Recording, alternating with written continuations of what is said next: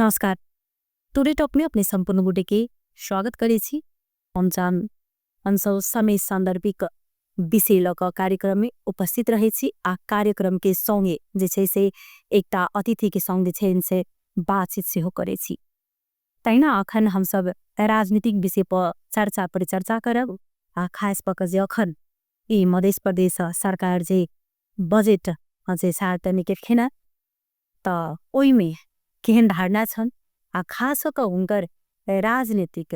जे छै से यात्रा पुनः शुरू भेलन। तै चाहिँ शिक्षा क्षेत्रमे जे आदमी लाग जाइ छै त हुनकर यात्रा जे रहै छै से एकटा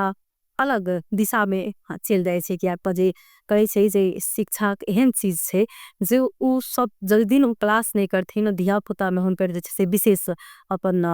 गए छै शिक्षा के आदान प्रदान करे छथिन। अपन जे एकटा अलग हुनकर एकटा पेशा भ जाइ छै, अलग एकटा अनुभव रहे छै। लेकिन कोना जे छै से शिक्षा पेशा से जे छै राजनीतिक पेशा के यात्रा के कही जे पुनः भेलन। ताल एही पर समय हम सब बातचीत करबन। हमरा सबके बीच में छी परिचित व्यक्ति छथि जितेन्द्र यादव, केंद्रीय सदस्य जसपा नेपाल क्षेत्र नंबर 3 के प्रत्याशी छथि। उनका पहले हम सब स्वागत करब तब विशेष उनका बारे में बातचीत कर। अब राजनीति के संदर्भ में अपने के स्वागत है। धन्यवाद। सबसे प्रथम तो अपने के हंसाब जे अपने के पृष्ठभूमि कनिक हम पूजा के प्रयास करबन अझै की छै। हमर एकदम छोट पृष्ठभूमि छै, कोनो बड़का पृष्ठभूमि नहीं। यद्यपि अपने पूछ देलौं ते द्वारे उ जनता के जानकारी होबाक जरूरी छै। सबसे पहले राजनीतिक में रुचि नहीं रख क अध्ययन अध्यापन करे वाला व्यक्ति रहे, जे के कारण से हम कंप्यूटर इंजीनियरिंग के विषय में हम स्नातक केली। तेकरा बाद में हम पूर्वांचल यूनिवर्सिटी पूर्वांचल कैंपस धरान में अध्यापन करे। पूर्वांचल विश्वविद्यालय के स्वपरीक्षा नियंत्रक, प्राध्यापक संघ के सभापति, महासचिव, उपसभापति, सीनेट मेंबर छछबे होइत हम अपन यात्रा के विराम देत। मुख्यमंत्री जब पहिल सरकार भेल मध्य प्रदेश के त माननीय लाल बाबू राउत जी नेतृत्व के सरकार के सलाहकार के रूप में, प्रमुख मुख्य सचिव के रूप में हम यह सेवा प्रदान के लिए। और ये के अवस्था जो देख ली कि यह वास्तव में शिक्षा क्षेत्र में प्रभावित भेला व्यक्ति सब भी अखन बहुत दूर छे। और जे तरह से शिक्षित जब तक जे समाज नहीं हेते तब तक राजनीतिक में पहुंच नहीं पुगते। ते द्वारे हम सारा अपन जीवन के सब लगानी के मतलब तिरस्कृत क हम समाज सेवा के उत्थान में लागली। जबकि हमार 2062 साल से ही आंदोलन के पृष्ठभूमि है, मधेश के आंदोलन से पृष्ठभूमि है। अपन जीवन काल लगभग मधेश आंदोलन, मधेश प्रति के सारा ओकर अधिकार मिलना चाहिए, महिला के अधिकार, अल्पसंख्यक, दलित और मुस्लिम के अधिकार, मतलब जतेक भी उपेक्षित वर्ग सब है तेकर सब के उपेक्षित वर्ग के अधिकार मिलना चाहिए। अधिकार के अभियान में भी हम अपन जीवन समर्पित केलो। ते द्वारे अखन के समय में हम कहली कि राजनीति के एक एहन चीज है जो परिवर्तन कर सके। ते द्वारे क्षेत्र नंबर 3 को सहन प्रदेश सभा के लिए जे हम उम्मीदवारी दो हम चुनाव लड़। कहल जाइ छै यदि अपने जै प्रकार कहले जे हमरा जे अवस्था देखलिए ओइ अनुसार से जे छै से दुख देखलिए जनता के कही अथवा दलित वर्ग में होई ओना देखल जाए तो सब विशेष अखन शिक्षित क्षेत्र में जे छै से विशेष दुख छे। क्या जे शिक्षा के सबोटा बात करी छथिन, जे शिक्षा के लक जे देख पैक बात हुई छे हर एक मंच पर आसन भाषण ओई जगह पर देखल जाए तखन शिक्षा ऐठम ओतेक जे छै से गुणस्तर नहीं हो सकले। तभी अखनो जे छै से आदमी सब वहाँ के बाहर जा रहल छे, कई से गरीब दलित सब के लेल जे छै से ओइठम मिशुक छे। लेकिन तत्पश्चात सिर्फ नाम के लेल छे, सामुदायिक में जे चीज होवा के चाहे वो चीज छैन। त अपनी शिक्षा में रही कर जैसे लीडरशिप के जैसे भूमिका निर्वाह कर सके छले। लेकिन क्या अपने जैसे से अध्ययन पर छोड़ कर राजनीति में प्रवेश डायरेक्ट कर दिए। कोनो भी नीति नियम के निर्माण जो हुई है को राजनीति आधारे बनी छे और देश संचालन के लिए ही राजनीति के मेन भूमिका में आगाड़ी सारल गेल है। तो देश के नीति निर्माण के त हमें अब जोने पहुंच रखबे और शिक्षा क्षेत्र के कतबो हम लगाव रखबे तो हम नीति परिवर्तन नहीं कर सकै छी। ते दुआरे हम अध्यापन भी 17 वर्ष के लिए तकरा बाद में अब एहि के अपन एक्सपीरियंस लैत अब एहि के राजनीतिक संग जोड़ी और राजनीतिक में पहुंच भेला के बाद शिक्षा क्षेत्र के एकटा आमूल परिवर्तन लाए ई एकदम नितांत हमर व्यक्तिगत एकटा जीवन के एकटा लक्ष्य के निर्धारित करत हम एहि सेवा में हम एहि अत्य चीज के उपलब्धि के तिरस्कार करत हम एहि सेवा में एलौं और हम बहुत खुश छी कि हर एक दिन एक एक जनता एक एक व्यक्ति हमरा से एकटा भाषा से होए बोली से होए कम से कम को हमरा से कन्विंस हुआ कभी जाए छथिन और उ बुझे उम्मीद के एकटा रास्ता देखावे छथिन कि ने इस समाज में जितेंद्र यादव की आवश्यकता है। कि शैक्षिक रूप से जे अनुसार से एकटा अभियान के रूप में अखन भरखरे देखते हुए अमर सामाजिक संजाल में राजर्षि जनक विश्वविद्यालय के विषय में हम कनी व्यापक चर्चा परिचर्चा करी छी। कि जब तक विश्वविद्यालय के संस्थागत विकास नहीं हेते तब तक शिक्षा का स्तर नहीं बढ़ते। ते द्वारे ई रुचि रखला के बाद हम कहली नहीं राजनीतिक एकटा रुचि रखना है पढ़ा लिखल लोग के राजनीतिक में रुचि रखना आवश्यक है। ते द्वारे हाँ राजनीतिक अखन कर रहल से केहन अनुभव जे छै से अपने लिए रहल से की अनुभव के लिए वास्तव में कहबे तो नेपाली जनता जे परिवर्तन के लेल जति संघर्ष केल के और परिवर्तन जो आएले तो जे राजनीतिक दल हुए या राजनीतिक नेतृत्व हुए जे भी पार्टी हुए अपन अपन जगह से कतो न कतो चुकल है ते के निराशाजनक राजनीतिक क्षेत्र में भी दिखाई पड़ रहा है। अब पहले के तुलना जो करी तेटा गावी सह अध्यक्ष के जतेक सम्मान इज्जत मिले छले समाज में अखन एकटा मंत्री बन जाए छे तो ओकरा ओते सम्मान नहीं मिले छे। कारण कथी छे कि सुशासन सहित के और समाज हम सब निर्माण नहीं कर सको सामाजिक न्याय के आधार के रूप में समाज की निर्माण नहीं कर सको। जे सुशासन कायम नहीं होते निश्चित रूप से वो कि हाँ के समाज में विकृति एते जना एग्जाम्पल हम दे एक उदाहरण दे कि केकरो देखे तो वे समाज में जे सबसे भ्रष्टाचारी का सबसे बड़का घर बंदित होते सबसे नीक कपड़ा लगावित होते ओकरा ला हाली मुहाली बेसी होइत होते तो समाज में ओकर प्राथमिकता ज्यादा देत होते। ई शॉर्ट टर्म बुझाई लेकिन जनता ई बुझाओ कि ये मात्र बुझाई नहीं ऐसा पृथक भी बुझाई तो सरे और पृथक बुझाई के कारण जे समाज के परिवर्तन आमूल परिवर्तन के लिए जब शिक्षा के स्तर जब तक ऊपर एते तो जखन ते शिक्षा के स्तर बढ़ले तखन ते की होते ओकरा कथी है समाज के या राजनीतिक दल के नेता होए या राजनीतिक दल हो या कोनो राजनीतिक दल होए जे कौन राजनीतिक दल सही करे कौन राजनीतिक दल गलत करे है ई छुटियाव के एक आधार मिले ते द्वारे राजनीतिक करे के आधार के लिए शिक्षा आवश्यकता छे। ई गांव ठामक राजनीतिक कर सजिला की राजनीति करना कतिक सहज बुझा रहल अछि ने सहज नहीं छे जो सेवा भाव से अगर राजनीतिक अपन करबे तो ओतेक सहज नहीं। जे अखन के अवस्था में देख रहल छे कि राष्ट्र राजनीति के जे सिस्टम छे ई सिस्टम के आमूल परिवर्तन के आवश्यकता छे। जना निर्वाचन प्रणाली आमूल परिवर्तन के आवश्यकता छे। जे नीक लोग है पैग लोग है शिक्षित लोग है उ डराए जे हम अगर राजनीतिक में जाब अगर चुनाव लड़ब तो हमरा बहुत खर्चा।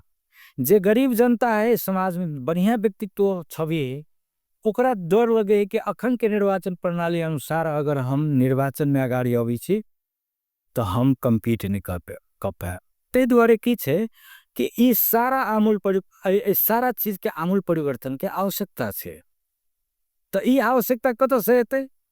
तो ई आवश्यकता हेते जब जे जनता में सूझबूझ नहीं रहते जे जनते सूझ नहीं बुझते तो नेता के की होते कि ओकरा खेल के मौका भेटते। ते द्वारे जनता के बुझा के लिए सबसे पहले का बात कथी है कि इन्फॉर्मेटिक हो पड़ले और ये जब तक इन्फॉर्मेटिक नहीं हेते तब तक ई गलत ई सही में छुटिया सकते। ते द्वारे की है कि अखन कष्ट है कष्ट देख रहल कष्ट देख रहल छी। केहन कष्ट एहन कष्ट है कि जेकरा आर्थिक रूप से संपन्नता है, जे आर्थिक रूप से एकदम सबल है, उ कहे हम राजनीति करब।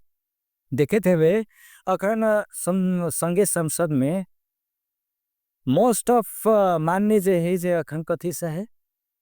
अहाँ के कोनो न कोनो बाका व्यापारी है या बड़का ठेकेदार है जे सिस्टम के आमूल परिवर्तन कर चाहे। ते द्वारे आप सिस्टम से कसले आमूल परिवर्तन करे चाहे, ओकराला आर्थिक संपन्नता है, ओकराला आर्थिक जो संपन्नता भ जाए तखन 10 आदमी ओकरा रहे छे, त समाज में ओकरा अपना वही आर्थिक संपन्नता के कारण ओकर छवि भी कनी बढ़ी। तई से की बढ़ल है कि अई चीज के हमरा आके कि राजनीति के सेवा भाव के रूप में अगर आगाड़ी ल देवे तो बड़ा आनंद है,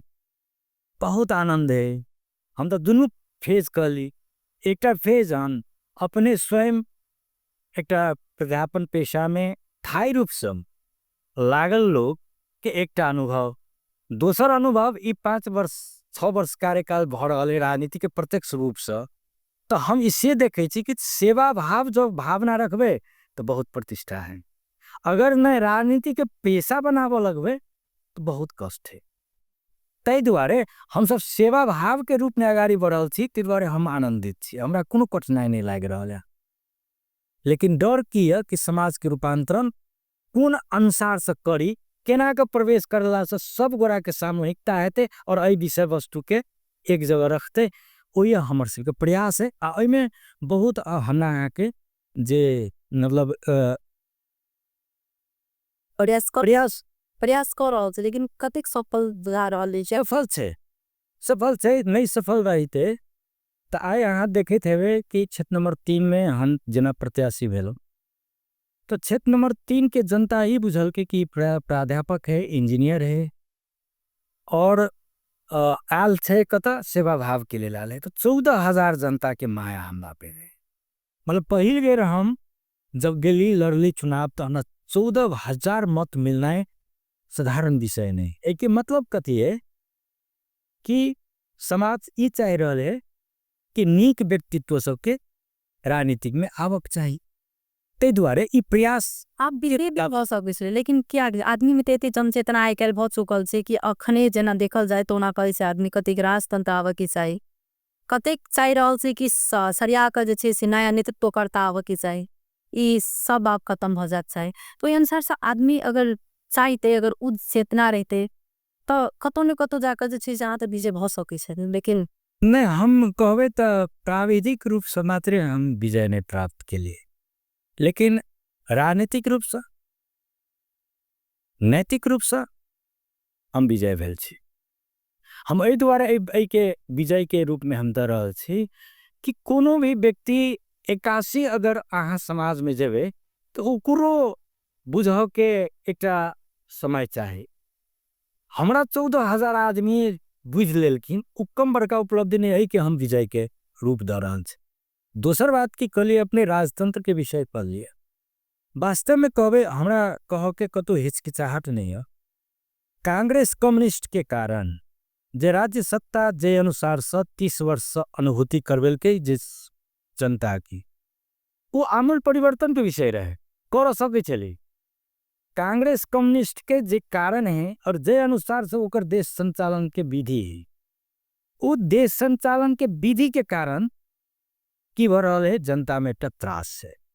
कि वास्तव में देश कत जा रहा है। ते द्वारा राजतंत्र के कनी कनी उकसाहट मात्र है, भले ही राजतंत्र आई जन्म में नहीं हेते, आई जन्म में नहीं हेते, हम सब जीवित रहब जब तब से राजतंत्र नहीं। जसपा पार्टी के एक मधेस पार्टी माने छै, मधेस के नेता स जे छै से अपन लोग बुझा के प्रयास करे छै, जसपा स एतेक पार्टी जे छै से अहाँ के फुट चुकले। लेकिन किया जसपा पार्टी दिनो दिन कमजोर भ रहल छै, की कारण भ सके? या सबके अपना में नेतृत्व जे छै से कर्ता में एकता नहीं छै, या त किस की एहन त्रुटि छै जे ओइ में आदमी आप ओतेक जसपा क जे छै जाके जे आदमी प्रश्नवाचक चिन्ह लगा रहल छै? देखल जा अपने जो संघर्ष के दौरान में अपने अधिकारक बात करबे तो की है तो नजदीक के लोग के खेल के बहुत बड़का मौका बेटी छी। संघर्ष के बात है तो अहाँ के 4 आदमी सहानुभूतियों देवे वाला है तो 10 आदमी अहाँ के विपक्ष में रह जाए। हम ई नहीं कह चाहब कि कत से उ संचालन होए से हम नहीं कह चाहब, लेकिन जे जनता समाजवादी तत्कालीन मधेसी जन अधिकार फोरम नेपाल सही अहाँ देखित हेबे जे सब सबसे ज्यादा अवसर लेलके एहि पार्टी से, एहि आंदोलन से सबसे ज्यादा उपलब्धि लेलके, एहि व्यवस्था से सबसे ज्यादा उपलब्धि लेलके, वो अखन एको मिनट कहला तैयार नहीं है और स्वीकार करला तैयार नहीं है कि एहि व्यवस्था के कारण हमर बाल बच्चा ई केल, एहि व्यवस्था के कारण हम ये पहुंच गेली, एहि व्यवस्था के कारण जे सामाजिक जे भिन्नता छले वो एकता में परिणत भेलै, ई कह के स्वीकार करला तैयार नहीं है। ई किछ उपलब्धि है,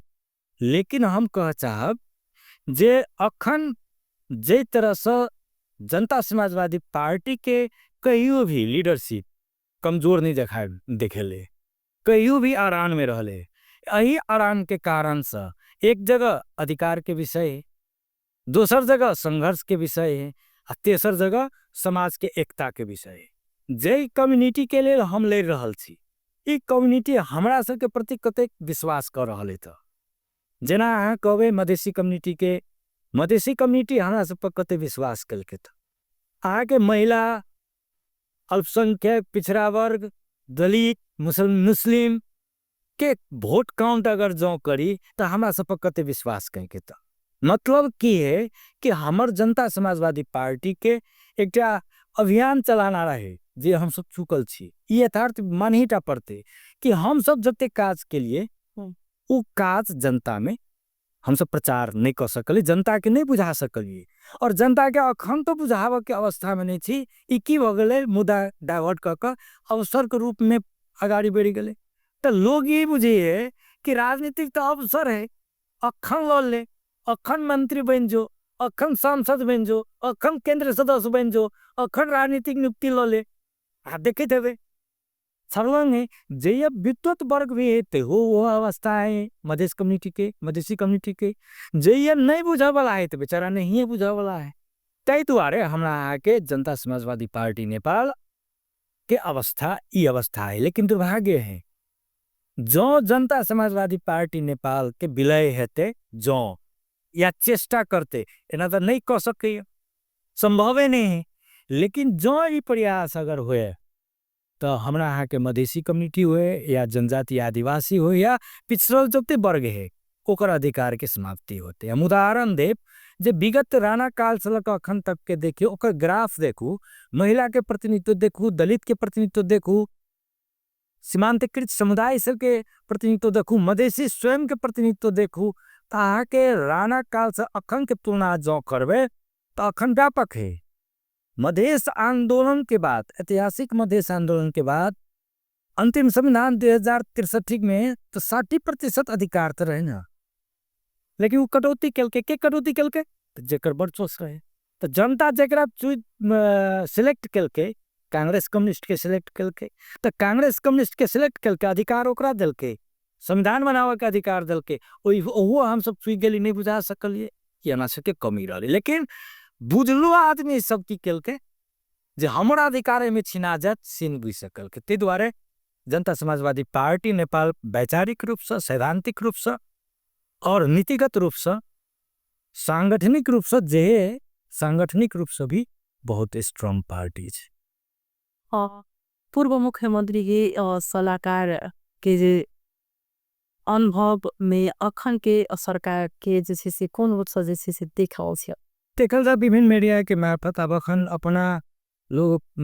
सामानो बिक्री केला न तो कहला ई सामान हमर सामान नीक है,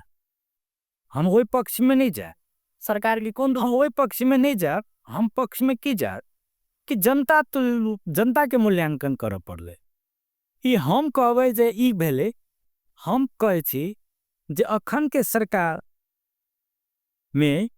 जतेक भी दल हुए एना तो प्रतिपक्ष के भूमिका हमरो जनता समाजवादी पार्टी नेपाल भी कर रहा है। हम जतेक भी दल के बात कर रहा छी, अहाँ देखने है भाई कतो नहीं भेल चीज के प्रदेश सभा के जे संसद में देखे थे माननीय जी सबके रोस्टम से वाद विवाद खाली कथी के वाद विवाद है हमर योजना नहीं पड़ले, हमर ई नहीं पड़ले, हमर योजना नहीं पड़ले, हमर ई नहीं पड़ले, उ ओते के कमीशन लेलके, ओते कमीशन लेलके। तैसे हम मूल्यांकन करे छी कि जे भी दल आवाज जतेक भी प्रदेश सांसद छत तो स्वयं के मूल्यांकन जनता क लेलके ना।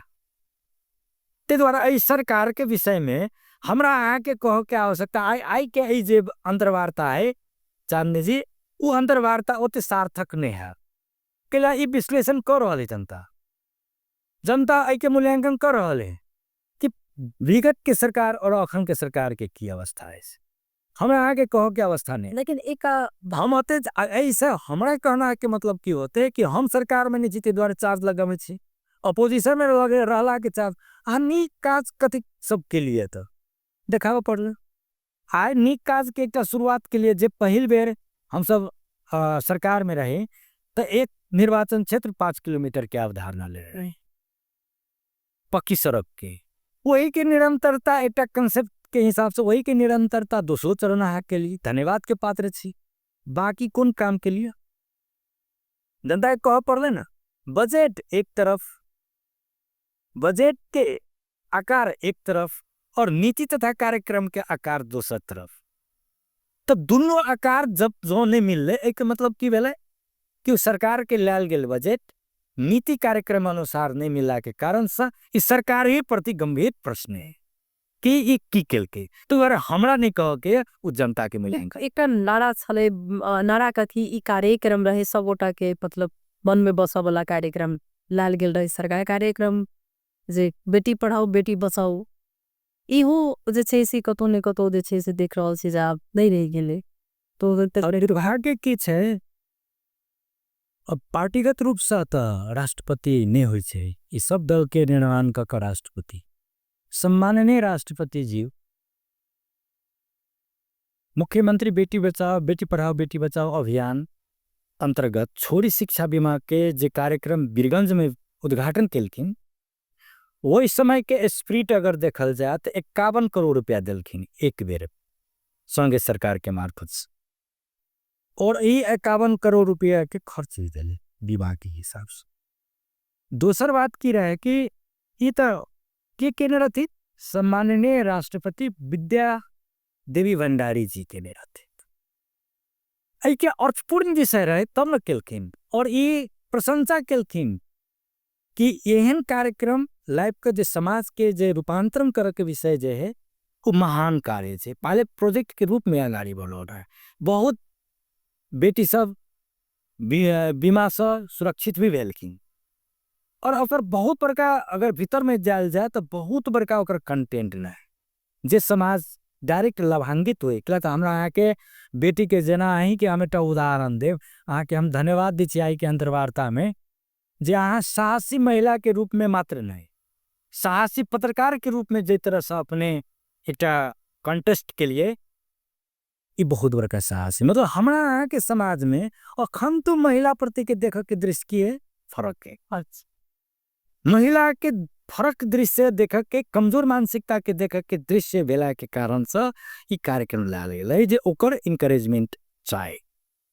तै दुआरे बेटी पढ़ाओ बेटी बचाओ कार्यक्रम अति पालित प्रोजेक्ट के रूप में आगाड़ी बढ़ला के बावजूद भी दुर्भाग्य की है कि जे भी कार्यक्रम जसपा नेतृत्व के सरकार लेल गेल रहे ओहि के कोनो न कोनो आधार से के फेल कर ली। सरकार की नीति उ नहीं है, नियत पर प्रश्न है। तै दुआरे उ अभियान ओझेल में पड़ले और ऐ ओझेल में पड़ले तो जनता मूल्यांकन कर रहे ओहि के जवाब जनता देते। अखन जरा विकास के ठाव पर उपभोक्ता के नाम में जे छै से किस व्यक्ति मात्र लाभान्वित भ रहल छै लाभ ल रहल छै ओहि के बारे में जे छै से अपने के धारणा की छै कि हमर प्रश्न धारणा है जे खुदरे जते बजट छले खुदरे बजट के कारण से भ्रष्टाचारी के मध्य प्रदेश बदनाम करे छे। हम सब हमरा सब के ओहि समय के भी विषय रहे कि 50 लाख तक के जे बजट है से यहाँ टेंडर कर दियो, बाकी बजट 50 लाख से कम बजट नहीं रखो और टेंडर करो। लेकिन की है कि खुदरे बजट के अवधारणा वाह वाह मान्य जी सब वाह वाह हो हमरा सबके हंसी लगे कि की भ रहल छै। तै दुआरे हम कह रहल छी कि अहाँ के जनता प्रति उत्तरदायी उपभोक्ता समिति मार्फत हम ही नहीं कह चाहे मान ले आए हाँ उपभोक्ता कमेटी के हाँ सही मानवे आ जे अहाँ के प्रक्रियागत रूप से जे तरह से जे सार्वजनिक खरीद आइन के तहत जे काज होती तो वो गलत होते ते द्वारे सार्वजनिक खरीद आइन के आधार मान का जो बजट के प्रक्रिया आकार बढ़ेने रहते और उपभोक्ता के कनी हरास करते तो उपयुक्त होते मध्य प्रदेश सरकार प्रति के जे लालचना लगे छे उ हरा जेते लेकिन उ हो नहीं भेले मतलब की है कि अहाँ की कर जे उपभोक्ता समिति बनावे छे उपभोक्ता समिति में की होए से अहाँ सबसे छुपल है अहाँ सब वही के पछाड़ी पछाड़ी तो दोगे चीज पास सचेतना करावे छी कि वो भ्रष्टाचारी नहीं हुए वो निक से काज हुए निक से बजट खर्च हुए अही के लेल तो पत्रकार सब दोगत रहे छी ना लेकिन अहू के प्रतिकार अहाँ सबके मिलित हो अहाँ सबके प्रतिकार मिलित हो ते दुआरे एहि चीज के अंत करे के एकटा आधार की है कि टेंडर प्रक्रिया में जाकर विकास बजट अगाड़ी लाओ वो हमर मान्यता है बाकी हम काल कहीं पहुंच जाए सरकार जखन छलै तखन कियाक नहीं ये चीज हो सकले भेल रहे ना बीच में भेल रहे हम सब तो पूरा आवाज उठेलिए बीच में भेबो के लिए कोई के निरंतरता नहीं दे निरंतरता क्या नहीं देव कत जा निरंतरता ई सरकार के निरंतरता में नहीं हम स्पष्ट आई कह चाहे छी अहाँ के अंतर्वार्ता मार्फत वास्तव में जे माँ जन्म देने रही जे बच्चा के ओकरा पीड़ा होई छी राष्ट्र राजनीति के चेपुआ में मध्य प्रदेश भी पड़ले जे हिसाब से हमरा के तत्कालीन संघीय समाजवादी फोरम नेपाल और तत्कालीन राजपा राष्ट्रीय जनता पार्टी नेपाल बीच के सहकार्य के सहमति के एक सरकार रहे न तो दोनों पार्टी के जो सहमति के सरकार जे रहे साझा सरकार रहे तई समय के विकास निर्माण के विषय देखाल जाए अपना सब देखाल जाए अपने सबके आग्रह कर चाहे और जो कांग्रेस प्रवेश कल के संसद दल के नेता माननीय राम सरोज यादव जी के भौतिक पूर्वाधार मंत्री के लक जब प्रवेश भेलखिन तो कांग्रेस जब प्रवेश भेले और राजपा जब हटले किछ बात के कारण से राष्ट्र राजनीति के चेपुआ के कारण से तो हमरा कह में पतो हिचकिचाहट नहीं था तो हम प्रत्यक्षदर्शी छी हम देखलिए जे कांग्रेस एमाले प्रवेश होते आके मध्य प्रदेश में और जे मध्य भवन है वही में देखलिए व्यापक परिस्थिति उल्टा एक अर्थ की बुझलिए हम सब कि वास्तव में ये सब तो मधेश आंदोलन के पक्षधर तो नहीं रहे तो जे मधेश आंदोलन के पक्षधर रहे और राज्य सत्ता संचालन करे के जिम्मेवारी मिल रही ओकर ड्राइव करे के मैकेनिज्म एकटा आ दोसर ये सब जो सहमति आधार में जो प्रवेश कल तेकर मैकेनिज्म बहुत आकाश जमीन के फर्क पड़े तई के कारण से भेले कथी कि मधेश बदनाम भेले और मधेश तो बदनाम भेले लेकिन जिम्मेवारी केकर भेले जकर नेतृत्व करे तेकर जिम्मेवारी पर तो नेतृत्व रहे हमारे सबके जनता तत्कालीन संघीय समाजवादी फोरम नेपाल हाल में जनता समाजवादी फोरम नेपाल के नेतृत्व लालबाबू राउत जी के नेतृत्व के सरकार रहे से की भेले मतलब मुख्यमंत्री कार्यालय में बजट तो नहीं रहे बजट तो कहे मंत्रालय सब में लेकिन मंत्रालय सब संचालन दूसर हिसाब से मुख्यमंत्री कार्यालय तेसर हिसाब से लेकिन सारा के अजस कत भेले गार्जियन के पड़ले ते द्वारे ये चीज के यथार्थ बुझ कर आप जनता के एक बेर सोचना आवश्यक है अगर वास्तव में मधेश के सुधार के या मधेसीपन लाव के तो हमार विचार है जे सब गोरा एक बेर सोच के सकारात्मक राख ए फुलकामा भी राजर्षि विश्वविद्यालय के लग जे अखन अपने समर्थक कर रहल छी और दोसर पक्ष जैसे से विरोध हो रहल छी की छी उठम की चाह रहल छी अपने सबसे पहले का बात है कि राष्ट्रीय जनक विश्वविद्यालय बहुत संघर्ष के बाद ऐतिहासिक मधेश आंदोलन पश्चात संघीय संरचना अंतर्गत हरेक प्रदेश में एक विश्वविद्यालय की अवधारणा संघीय सरकार के नीति अंतर्गत आल रहे लेकिन ऐसे पहले 2053 साल से अनवरत रूप में आके 2053 साल में कार्यदल गठन जेके श्रेय हमरा कही पड़ते श्रेय देवो में हमरा कोनो पार्टी के नेता रहे तेमें हमरा कटौती नहीं करना है राष्ट्रीय जनक विश्वविद्यालय धनुषा में होना चाहिए कई का अभियान चला वाला मुख्य नेता नेपाली कांग्रेस के आदरणीय विमलेन निधिजी छथि। तेमे कतो किंतु परंतु नहीं। तेकरा बाद में आके 2053 साल से अनवरत रूप में वो संघर्ष केला। मधेश आंदोलन भेले। मधेश आंदोलन के बाद में अंतरिम संविधान भेले, सरकार बनले। माननीय महंत ठाकुर जी के मतलब एक राष्ट्रीय जनक विश्वविद्यालय के विषय में एक कार्यदल गठन भेले। कार्यदल गठन भेला के बाद में आके बृहत्तर जनकपुर के तत्कालीन आके अध्यक्ष रामकुमार शर्मा जी अखन जनता समाजवादी पार्टी नेपाल के महासचिव जी छथ। हमारे से के पार्टी के महासचिव जी छथ। वो आमरण अनशन केने रहथिन। मतलब बृहत्तर जनकपुर के विषय में 7 बुधे लौका आमरण अनशन केने रहथिन। आमरण अनशन में 4 नंबर के बुधा ही राष्ट्रीय जनक विश्वविद्यालय के स्थापना होना चाहिए कि उनको दाहर रहे। वो मतलब यही दिखाई दे रहा है कि बहुत संघर्ष के बावजूद राजर्षि जनक विश्वविद्यालय आके धनसान होना चाहिए। तई के लेल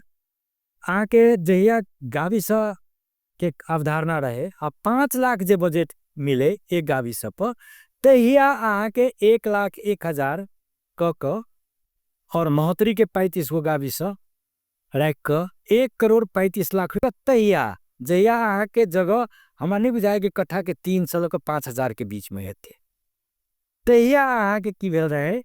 कि मतलब विश्वविद्यालय के खाता में जिला विकास में की रहे, ओकर खाता में पैसा रहे। 2074 साल में आके 2072 के संविधान के बाद जब संघीय संरचना में एले तो 2074 साल में आके राष्ट्रीय जनक विश्वविद्यालय स्थापित भेल। कि वो एक संघर्ष के दौरान भेले। लेकिन 2074 के बाद में जय तरह से विश्वविद्यालय के विकास होना चाहिए, भले ही तत्कालीन बीसी साहब रहे भरत झा जी, तो वो प्रयास केने रहती कि वो ये जगह मिलना चाहिए, वो ये जगह मिलना चाहिए। लेकिन ऐन में ही की व्यवस्था रहे कि आहाँ के महेंद्र बिंदेश्वरी कैंपस राजविराज, तेकरा बाद में आहाँ के रामस्वरूप रामसागर बहुमुखी कैंपस जनकपुर, सूर्यनारायण सत्यनारायण बहुमुखी कैंपस सिराहा, ये 3टा कैंपस के समग्र राष्ट्रीय जनक विश्वविद्यालय के ही अधीन में रहकर आगाड़ी बढ़ पड़ल और विकास कर पड़ले। एन में व्यवस्था रहे। लेकिन किस कारण बस त्रिभुवन विश्वविद्यालय जेठो विश्वविद्यालय के कारण से किस चेपुआ मिला कारण से ई विषय अखन थाती राखल छे। तब विश्वविद्यालय के भवन तो स्थापित करे के लिए, स्थायित्व के लिए तो भवन के आवश्यकता पड़ते। तो भवन के निर्माण के विषय में आके 2081 श्रावण 8 गते 43 बुधे सहमति अखन का जे विसी वर्तमान के विसी छथिन अमर यादव जी, तो अमर यादव जी के ही हस्ताक्षर और गुठी संस्थान प्रधान कार्यालय काठमांडू के हस्ताक्षर समेत के एग्रीमेंट बनले। और ये एग्रीमेंट के तहत मटिहानी जे महंत जी के जे जगह रहे गुठी मनियारी के गुठी संस्थान के, वो मनियारी चौरी पर 9 बीघा 14 कट्ठा 13 धूर जमीन आके समझौता भेले। एक तरफ राजनीति के लिए जनकपुर के कि अहाँ लैंडफील्ड साइड के लौक नहीं बनाव दिलिए, कहली जे लैंडफील्ड साइड भयती तो नहीं नीक हेते अहाँ की के लिए कि एहि चीज के लग के लिए विश्वविद्यालय स्थापित हेते तै किसी से अभियान चलिए। लेकिन विश्वविद्यालय तो स्थापित नहीं भ सकले। तो विश्वविद्यालय के स्थापना के लिए जे प्रयास रहे लैंडफील्ड साइड की जगह नहीं उपलब्ध करे, बल्कि हम संपूर्ण जनता के धन्यवाद देव चाहे छी। कम से कम हमर विचार से अखन जो हांगेली तो हमर विचार से वो विचार मिलले। तो आप की कहे है जे एहि साइड में सुरक्षा के कारण से अहाँ के कति के सुरक्षा के कारण से अहाँ देखा रहा कि मनियारी में नहीं बनते। तो सुरक्षा के कारण देखा कर शिक्षा मंत्री कह रहा जो नहीं बनाव के, यूजीसी कह रहा नहीं बनाव के, मतलब बात के टेर घोष कर के परिस्थिति में है, मतलब बात के दोसर दिशा ले जाके परिस्थिति में अपना राष्ट्रीय जनक विश्वविद्यालय के उपकुलपति छी, हमर दायित्व नहीं भेल, इस शिक्षा मंत्री जी के दायित्व भेले रे, यूजीसी के दायित्व भेले रे। तो अहाँ के उपकुलपति रहना के आवश्यकता है। तो अहाँ जो सहमति के लिए तो कार्यान्वयन कर पर्दैन, जबकि समय सीमा आई तोकने चाहिए कि अत्येक दिन भीतर में हमरा केंद्र कार्यालय बंद पड़ते, हमरा भवन सब निर्माण कर पड़ते मनियारी में। अहाँ एक तरफ नहीं बना रहल छी, एक तरफ अहाँ ओझेल में पारा के लेल माननीय शिक्षा मंत्री के देखावे छी, तो अहाँ के यूजीसी के देखावे छी। अर्थ की है कि अहाँ के नियत पर शंका है, नियते में शंका है कि हम 4 वर्ष तक हम रही और जना तेना विश्वविद्यालय चलावी, अपन लाभान्वित करी और ऐसा विदा हुई। ये उद्देश्य है। ते द्वारे हमर की सोच रहा है एक विश्वविद्यालय में प्राध्यापन पेशा में लागे और समाज के रूपांतरण के लिए नगरायन नगरपालिका फुलगम्मा गांव मनियारी चौरी ऐतिहासिक जगह बेला के कारण, और दोसर जनकपुर धाम के रामायण सर्किट के भी एक परिकल्पना जो ऐतिहासिक महत्व है, रामायण सर्किट के महत्व थे जनकपुर धाम के जो उप महानगर पालिका है, महानगर पालिका में परिणत करे के लेल और ग्रेटर जनकपुर धाम के निर्माण के परिकल्पना सहित राजसी जनक विश्वविद्यालय फुलगम्मा के मनियारी चोरी में बने, वो अभियान के लिए हम अगाडि बढ़े। जरा कि जनकपुर धाम एउटा मध्य प्रदेश की राजधानी है, अतेक गुट्टी की जमीन ऐठन है, लेकिन ऐठम राजर्षि जे से जनक विश्वविद्यालय ऐठम हो सकै छलै, बहुत एहन छै जे 52 बीघा अखन खाली पड़ल छै, ओहो अखन जे से पूर्ण रूप से अखन ओ जे अतिकल मने भ रहल छै अगर कहल जाए प्रकार से तो ओ समय भ सकै छलै, क्या तो विभिन्न ठाम के जे से विद्यार्थी सब ऐठम आबि के पठन पाठन करे छै। अगर देखल जाए तो कनी ओहि हिसाब से कनी दूरो जे से भ छै, तो ऐठम औठम बन सके छै, ऐठम क्या नहीं बना के कारण की बस हम एक चीज अपने के उदाहरण अपने जे प्रश्न के लिए थे कि जनता में हम उदाहरण देवा चाहे, ये बहुत जनता के नहीं बहुत प्रकार विषय अपने होती है कतो बने से परिकल्पना तो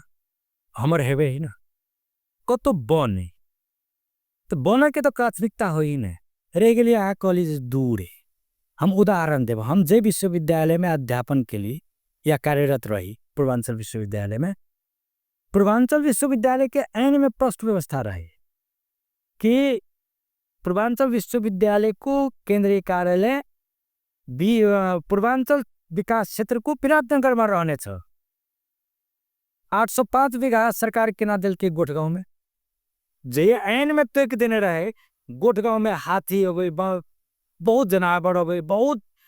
अपना सके तो गांव धाम सब भी बदतर स्थिति रहे। अखन हम अहाँ के कह देव कि एक रिपोर्टिंग कम से कम गोठगांव के लली है जे अहाँ के रिफ्लेक्शन देखात जे राजश्री जनक विश्वविद्यालय के जे गांव के जोड़बे तो शहर के विकास हेते, जब गांव के ने जोड़बे तो ग्रेटर जनकपुर के परिकल्पना अहाँ कैले नहीं सकै छी, महानगर पालिका के परिकल्पना कैले नहीं सकै छी। एहि के लेल की करे पड़ते, विस्तार हो पड़ते। अतमे में रहबे तो एक जगह के महत्व बढ़बे करते ना, लेकिन जगह के विस्तार करबे तो की होते, विकास हेते। ये के बहुत बड़का संकल्प है। ओते में राजनीति करे वाला दल और नेता सबके सल और नेता सबके